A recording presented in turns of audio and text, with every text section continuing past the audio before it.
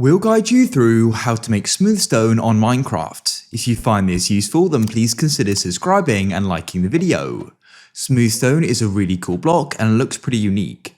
To go and do this, you're going to need a minimum of 9 pieces of cobblestone, a crafting table made from 4 planks, and some coal.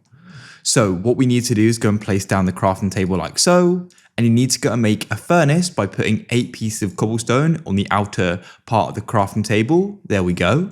Place down the furnace, and then what you need to do is go and start smelting cobblestone like so. Smelting cobblestone goes and gives you just stone, so go and take that. I've now got 3 pieces of stone, and then what you need to do is put that stone back into the furnace like so and wait. And as you can see, that then goes and gives you smooth stone. It's that simple.